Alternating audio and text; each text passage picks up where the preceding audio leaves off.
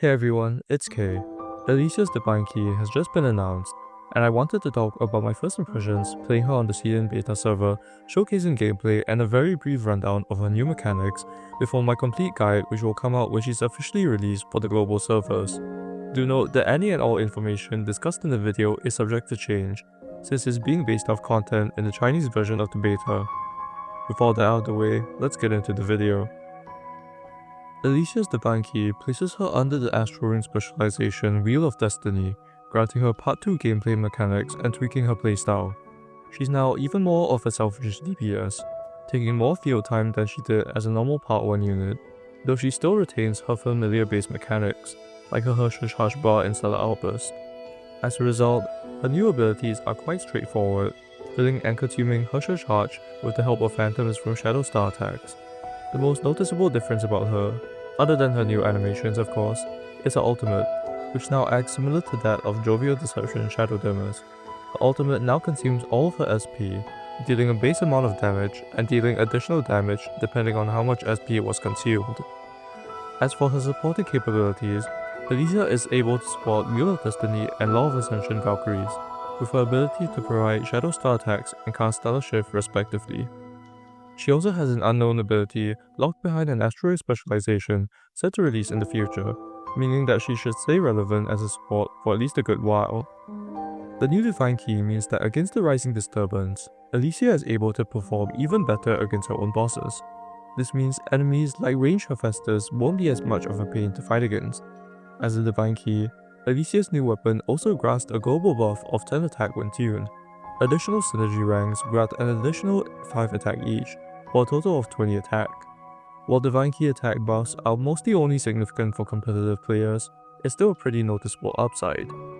For newer players with a less developed roster, since she also helps in playing a supporting role for Wheel of Destiny and Law of Ascension, she enables them to get closer to a functioning team for any Valkyrie they may have trouble building a team for.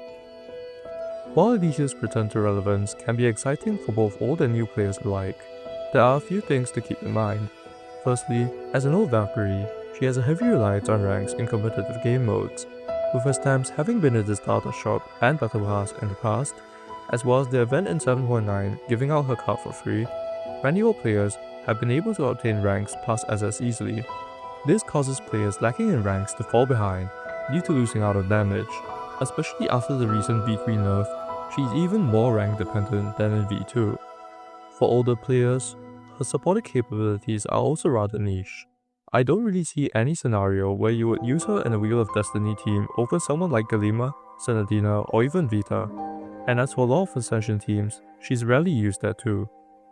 I find her to be more of an easy substitute in those teams if you have to use superior supports for another Memorial Arena boss, or if you simply don't have them.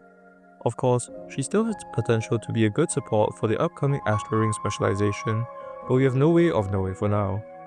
This last one isn't a general flaw, it's more focused on one enemy, Hephaestus. Hephaestus has a mechanic that requires it to be frozen for it to take more damage, and the rhyme trauma requirement for it is huge. As a Part 2 Valkyrie, Elysia can no longer rely on Valkyries like Referus Calico or Sugary Stardust to apply rhyme trauma. The only Part 2 support that can do so is Mad Pleasure Shadowbringer. While Elysia can inflict rhyme trauma on her own, it takes most of her attacks, making her miss out on a lot of damage she could otherwise be dealing. This means that she relies on MPS specifically to be able to fight this boss effectively. As for whether you should pull her or not, while it's still way too early to actually make any decisions, I find her overall performance to be rather underwhelming, especially with low ranks. However, the Divine Key will probably be worth the pull to almost every competitive player for its global attack buff, unless they don't have the crystals to pull it. As for synergy ranks to get the additional 10 attack, it's really not necessary unless you're a huge whale. Whether you're a casual or competitive player, if you decide to pull for it, all the power to you. Just be aware that her overall performance in battle comes with caveats, and the returns will not necessarily be big. That's it for my early impressions on Elysia. I plan to make in-depth guides on both her and Kiana closer to the global 8.1 release. If there's anything I want to add, it'll be in a pinned comment, which is likely considering how she's not even out yet. I hope you enjoyed the video, and as always, thanks for watching.